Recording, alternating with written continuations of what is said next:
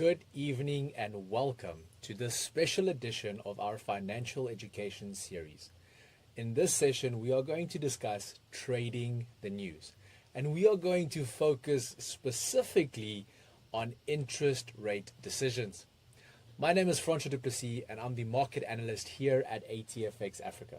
And I am thrilled to have you join me here for what promises to be a packed session, value-driven, and just overall a session focused on getting you better equipped. Now, before we dive in, a few housekeeping notes. This webinar is brought to you by ATFX Africa, as stated.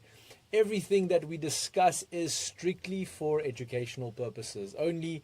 It's not investment advice, nor a recommendation to buy or sell any financial instrument. Trading carries risk. We need to remember this. So always ensure you trade with money you can afford to lose.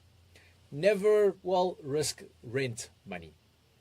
You'll notice that today's session is being live streamed, but you could also be watching the recording. So there are some things that might be a little bit different. My team will be active in the comment section throughout the session to ensure that all your questions are answered that you may have. So please feel free to ask your questions as and when they come up and send as many as you would like.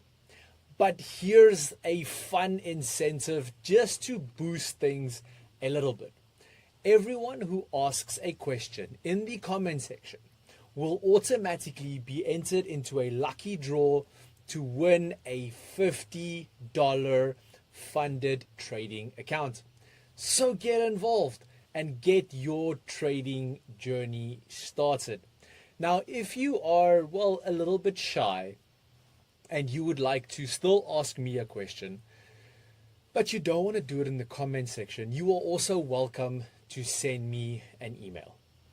My email address is currently on the screen, which is marketbrief@atfxafrica.com. Drop me an email and I will see to assist you via that medium as well. So let's get started. Let's start with the basics. What exactly are interest rates? Because remember, this is what we're going to be looking at trading. So we need to understand what interest rates are and what they mean. Interest rates represents the cost of borrowing money. They are typically expressed as a percentage and are used by central banks to control the flow of money within an economy. At their core, interest rates are the foundation of any economy's monetary policy. Each country has a central bank, such as the Federal Reserve in the USA or the South African Reserve Bank here at home. That sets what's called the benchmark interest rate. This is the rate at which the central bank lends money to domestic banks. Once domestic banks borrow money from the central bank, they in turn lend it out to individuals and businesses at a higher rate. This markup is how banks generate their profits. It's called the net interest margin. So whether it's your home loan, car finance, credit card, or business loan, it all ties back to what the central interest rate of the country is. Let's take a pause here for our first interactive moment. So here's your question. Do you remember what your first loan or credit card product was? Let me know in the comment section. Remember, if you comment, you'll be entered into our $50 funded account giveaway. Also, please remember that obviously T's and C's apply. I have to say that. So yes. Okay, moving on. Let's start talking now about the role of central banks. So who actually sets these rates and why do they change? Now, central banks manage a country's monetary policy. They raise or cut interest rates based on economic conditions. If inflation is running too hot, they may increase interest rates to cool things down a little bit. If growth is slow or there's high unemployment, they may reduce interest rates to stimulate spending and investment. When central banks raise rates, it's often referred to as a hawkish policy stance. This means they are focused on curbing inflation. Even if it slows down growth in the short term, on the flip side, a dovish stance means they are prioritizing growth and employment, often cutting or holding rates low. Major global central banks include the US Federal Reserve, also known as the Fed. They're probably the biggest. Then we have the European Central Bank, also known as the ECB, the Bank of England, also known as the BOE, and then the Bank of Japan, also known as the BOJ. Then we also have the Reserve Bank of Australia and New Zealand. They are also quite noteworthy. And last but not least, the Swiss National Bank is also one worth noting, as these are probably some of your biggest central banks worldwide. Now, each one of these central banks has its own schedule, policy tone, and influence over global financial markets. Moving on, let's have a look at how these markets impact rate changes. Now, let's start by having a look at how interest rate changes actually move markets. Because remember, we're here today to learn how to trade these specific interest rates. So we need to understand how they actually move markets. Now, a rate hike increases borrowing cost. This affects everything from mortgages to business loans to slowing down consumer spending and reducing inflation. At the same time, it often strengthens a country's currency because higher interest rates attracts capital from foreign investors seeking better return. On the other hand, a rate cut makes borrowing cheaper. This usually stimulates economic growth, increases inflation, and can weaken a country's currency. So you can kind of see there's like an inverse correlation here. And I mean, we've seen this in practice, especially in 2022, 2023, with how the US dollar reacted to the Federal Reserve policy changes. And it's not just about the actual rate changes, but also about what the market expects the central bank to do next. If you look where we are now in 2025, the Federal Reserve has been holding off on cutting rates for a numerous amounts of months now. And now everyone is starting to anticipate that actual cut, and that is affecting markets tremendously. Especially if you followed my market brief video in the mornings, you would see this as well. So I would love to hear your thoughts. Which central bank do you monitor the most and why? Pop me your answer in the comments. One of you could walk away with that $50 funded account. So, and also let me know if you are not following any central bank at the moment, but you want to start, that this is a good place to get that going as well. So let's get in a little bit deeper. Let's get going. Actually, before we do that, again, please remember, if you have any questions based on what we've covered up until this point, please remember to ask. I am here to assist. I'm here to help. And again, if you don't feel confident enough to ask me in the comment section, drop me an email. I still want to help. So drop me an email. Email's on the screen at the moment. It's marketbrief@atfxafrica.com. And I really am looking forward to hearing from you and seeing how I can assist you with your trading. So as I was saying, let's get a little bit deeper into how the biggest central bank, which is the US Federal Reserve, operates. Since, as I said, it is the biggest, it also is, for that reason, arguably the most influential central bank globally. The Fed sets two types of rates. Okay, the first one is the target rate, which is also known as the Fed funds. So this is the one you hear about in the news. Okay, it's the rate at which banks lend to each other overnight, and it's the benchmark that influences all other interest rates in the US. The second one is the discount rate. This is the rate at which banks borrow directly from the Fed. It's used less frequently and acts more as, well, a bit of a safety net. So when analysts or media outlets talk about a rate hike, they're almost always referring to the Fed funds rate. It's usually adjusted in increments of 25 basis points, which in essence just means 0.25%. So for instance, if they say interest rates went up by 50 basis points, it just means it went up by 0.5%. So even small changes like a 25 basis point cut can send shockwaves across global markets. And you might sit there and you're like, Francois, but it's only like 0.25%. Why? Well, this is because of the fact that financial institutions immediately price in these changes, affecting everything from bond yields to mortgage rates, and especially the value of that specific country's currency, in this case, the US dollar. So how do you track rate decisions?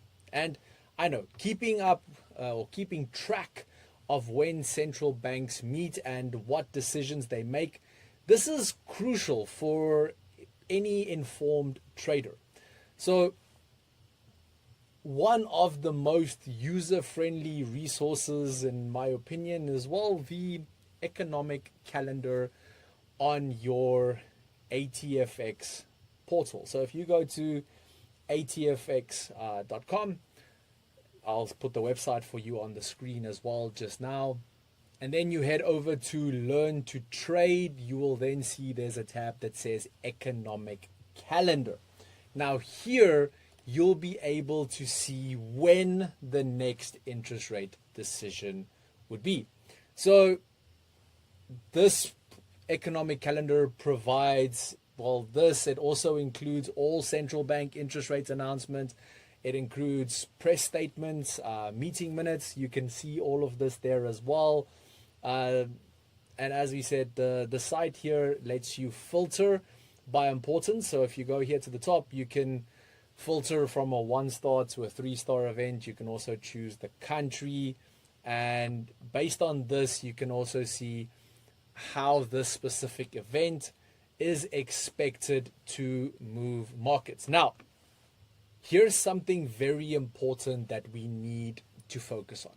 So first things first, you're going to see next to everything on the economic calendar, there is a previous column. This column states what the previous result for this specific report was. Then you have the forecast, and then you have the actual. Prior to the release of the event, you'll see the actual column will be blank. Why? Because, well, the report has not been released yet. So you kind of need to wait for this, okay? But based on the previous and the forecast, you can kind of estimate what the result for this one would be. Now, for instance, if you're looking at an interest rate, let's for argument's sake say the interest rate says the previous is 4.5%, and then the actual or the forecast is 4.25%. This means that analysts and economists are expecting a 25 basis point rate cut. And then you can obviously go do research from there on forward to determine how large that rate cut percentage or possibility of that percentage would be to increase your accuracy on your trades. Okay, moving on. Here's what you need to focus on when you are trading interest rate releases, okay, or specifically want to trade the news around interest rates. So first things first, you need to have a look at the statement release. This is usually the first market moving event. Then you would see accompanying mostly every single interest rate decision is a press conference. This happens shortly after often even more impactful depending on the tone of the speaker. Then we have the minutes of meeting, which is released a week later. This offers deeper insight into the internal discussion and policy debates. For example, when Jerome Powell, the Fed chair, holds a press conference, his tone, whether hawkish or dovish, can cause the US dollar to rally or drop dramatically.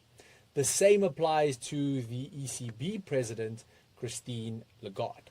Now that we've covered that, let's move on and explore a really interesting dynamic, which is monetary policy divergence.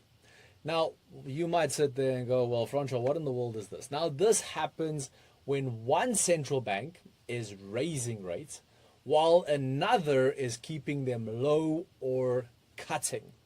It creates a really powerful trend in the Forex market, and mostly the most common currency pair this happens on is USD JPY. So let's look at a bit of a great example.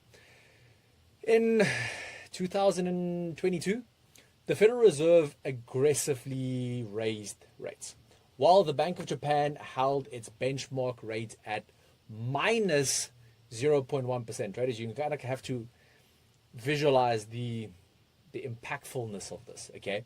The Bank of Japan's lending rate was so low, they basically paid you for borrowing money. It's crazy, okay? However, this divergence led to a sharp weakening of the Japanese yen against the US dollar.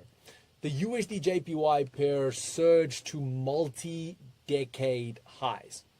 And understanding which central banks are aligned and which are diverging can help you spot amazing trade opportunities really early. So, as we are getting to this point, let's do another check-in, okay? Have you ever traded based on central bank divergence? Or is this the first time in your life that you've ever heard of this? Let me know. Share your experience in the comment section. So maybe you did trade it, it went well, it didn't go well, share with me. So whether it worked out or not, it's a great way for, well, everyone who is here today to learn from one another. And don't forget, asking a question or leaving a comment puts you in the running for that $50 funded account. So drop your comments, put them in there, share your experiences, share how trading specific interest rate divergence affected your accounts, and let the people in the comment section as well learn from one another. Again, if you do have any questions for me up until this point, please feel free to ask. I am here to help. I am here to assist. Again, if you don't feel comfortable asking your question in the comment section, drop me an email. My email is marketbrief@atfxafrica.com. Okay, so data is that drives decisions. You know, it's not just about what central banks say. There's a lot of data that goes into this. And it's also about how they respond to this actual data. Now, here are the most important reports for you to track. And if I was you, I would grab a pen and paper and I would start writing this down. On the contrary, I hope by now you have been making notes up until this point, as this is a lot of information that I'm sharing. And if you're not making notes, yes, you can watch the session again, but you obviously want to learn from this as well, and you want to be able to apply this to your own trading. Okay, so as I was saying, most important reports for you to keep track of. Number one on the list, CPI, Consumer Price Index. Okay, why? Because this report measures inflation. Okay, then we have the PPI, Producer Price Index. This report measures inflation from the production side. Then we have probably the biggest report that comes out every single month, first Friday of the month, NFP. I think we could all say that together. This is released. So this is obviously your US job creation figures. So how many jobs were created in the public sector? Please remember that, public sector, during the previous month. Then we have our jobless claims report. This is released weekly. This shows the strength in the labor market. If you're sitting there and you're like, Francois, what in the world is a jobless claims report? Okay, in South Africa, we would call it UIF. Okay, so it's when people go and claim unemployment benefits, jobless claims. So yes. Then we have GDP, so gross domestic product, and PMIs. Now these indicate economic growth and business confidence. These data points form the foundation of central bank decisions. In fact, during previous years, for instance, if you have a look again, 2023, softer inflation data had bigger impacts on the dollar than the actual rate hikes. This was something really amazing to actually see from an analyst perspective and from a trader's perspective. And this was because of the fact that markets started to anticipate a pivot in Fed policy based on the data. So we saw the US dollar fall even while the Fed was still hiking rates. So Fed was hiking rates, but the dollar fell. And this was simply because the fact that CPI and core CPI started trending lower. So I think at this point in stage, we can start to compare two different trading environments. Okay. Now, again, I want to use previous data because, as I stated in the beginning, I'm not providing financial advice. I'm providing education here. So if we have a look at trading in 2022 versus trading in 2023, and yes, I've been trading since 2014. So I've been trading during multiple market structures and different market tantrums, if I can put it in such a way. But I wanna compare these two trading environments for us here tonight. So in 2022, the trading strategy was extremely straightforward. It was actually quite easy to trade during this, as markets reacted very predictably to rate cuts. It was amazing. Okay, like you could literally just go trade interest rate decision, and you almost knew in what direction the market was going to go. And as traders, we could go long on the dollar or short risk currencies ahead of Fed meetings. You could do it the day before. And the momentum typically just continued post-announcement, and it was a fantastic time to trade. But then in 2023, things became, well, a bit more complex. Okay? So despite continued rate hikes, the US dollar began to fall due to soft CPI and strong labor data. Market behavior was driven less by rate announcements and more by expectations of what the Fed might do next. And we are kind of similarly in a similar state right now, because yes, we still have strong labor data out of the US, and we have fairly low inflation, which is sticky from time to time. But we are also at that point now where everyone is kind of waiting in expectation of what the Fed might do next, especially because we've seen so many rate cut pauses, and we have a president who is calling for rate cuts, and we have a Fed chair who's refusing to cut. And we have a president who's saying, if you don't cut, I'll fire you. And it's very interesting to watch right now. Okay. So back to the 2023 story. This kind of shift reminds us that market sentiment is not just policies. It's what drives price action. Okay. So we have to understand everything that goes into an interest rate decision, and then start trading from there on forward. Okay, I hope that makes sense so far. So as we are starting to get to the end of our session, let's look at one final scenario. Okay, so you must watch for central bank intervention, so direct central bank interventions. And the only bank that I kind of 100% know that likes doing central bank interventions is the Bank of Japan. There are currently discussions about specifically this. Last week, if you follow the market brief on a daily basis, you'll remember that last week, Wednesday, I actually spoke about a potential Bank of Japan central bank intervention as well. So, but again, case study time. So again, October 2022, the Bank of Japan spent over $42 billion to support the yen. Okay, so this was done by them shorting the US dollar or selling US dollar reserves and buying yen in the open market. So this is kind of a big one because, again, let's think of what happened here now. The Bank of Japan actually entered a trade. The central bank joined the market. Instead of just affecting the market from of a policy point of view, they became the trader and they were like, we're going to support the yen. We're going to trade this as well. We're going to short the dollar. Here we go.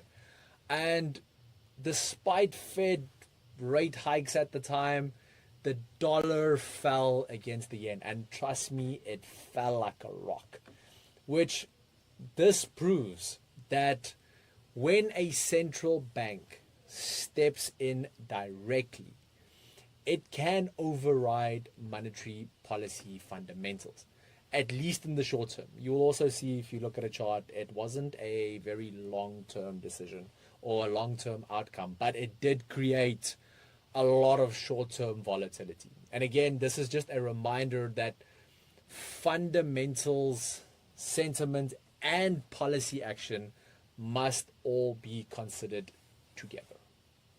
So here we go. Let's bring it all together. Okay, so how should you approach trading around an interest rate decision? So here is my framework. Okay, so first things first, I track my economic calendar. And from there on forward, you need to obviously stay aware of key releases, you know, your CPIs, your NFP, your rate meetings, and so forth. Also, if you look at, for instance, a US interest rate decision, I didn't mention this during the session, the interest rate releases are normally 40 days apart. So you will see there are 10 interest rate decisions in a year, not 12. Okay. So as I said, number one, track the economic calendar. Number two on the list, understand market expectations. Here you can use tools like the CME FedWatch tool to show what traders expect the Fed to do. Number three, combine fundamentals and technicals. I've said this so many times. There's no such thing as a technical trader or a fundamental trader. We have traders, okay? We have a bunch of different elements, a bunch of different tools to our availability to analyze markets, to make conscious decisions that will allow us to enter into positions. So when you are combining these two, look for trends, look for setups, look for resistance zones, look for key levels aligning with the fundamental, and then go from there with regards to your trading. Number four on the list, adjust your strategy by cycle. Be flexible. This was the entire thesis, if I can put it in this way, behind the session for me is, and this is why I consistently compared 2022 with 2023. Because why? What worked in 2022 did not work in 2023. And you have to apply your trading the same way. What worked in 2024 is not working in 2025. What is working in 2025 could or could not work in 2026. We will have to wait and see.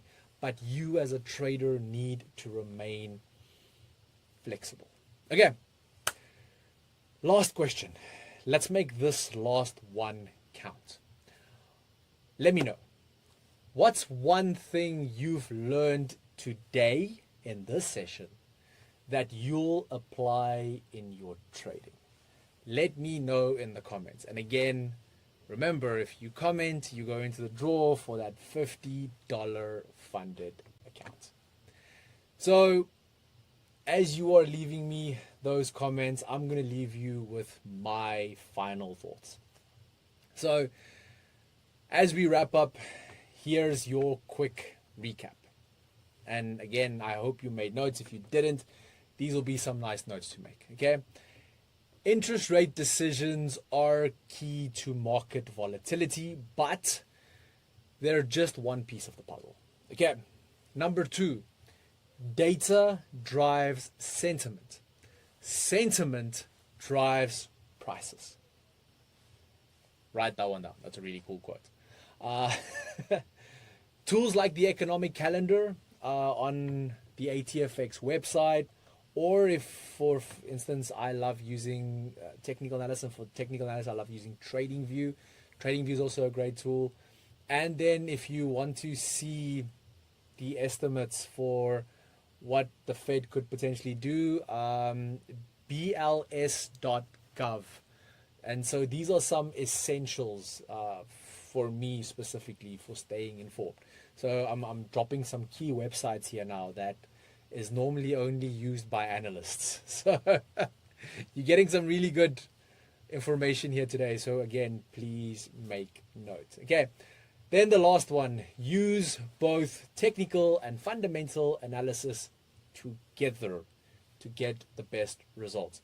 Stop believing the social media narrative that you have to be either a fundamental or technical trader. If you can combine those two, you can be an amazing trader.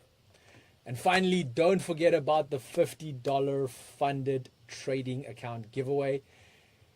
Everyone who asked a question, everyone who left a comment, anyone who participated in the comment section today has been entered into the lucky draw. We will randomly select one winner, and I will post a video and I'll leave it in the comment section as well to announce in the next 24 hours who has won. Again, please remember, if you are watching the recording for this, unfortunately, you cannot be entered into the draw. This is only for the people who watch this live. But if you are watching the recording, you still got a lot of value, I hope. And in saying that, if you found today's session valuable, please like the video. Subscribe to the ATFX Africa YouTube channel so that you can join us in the future. And with that, I want to wrap up today's session. Thank you so much for joining me. I do hope that this was beneficial. I hope that you learned from this, and I will see you again soon in our next live session. But until then, as always, stay sharp, stay focused, and trade smart.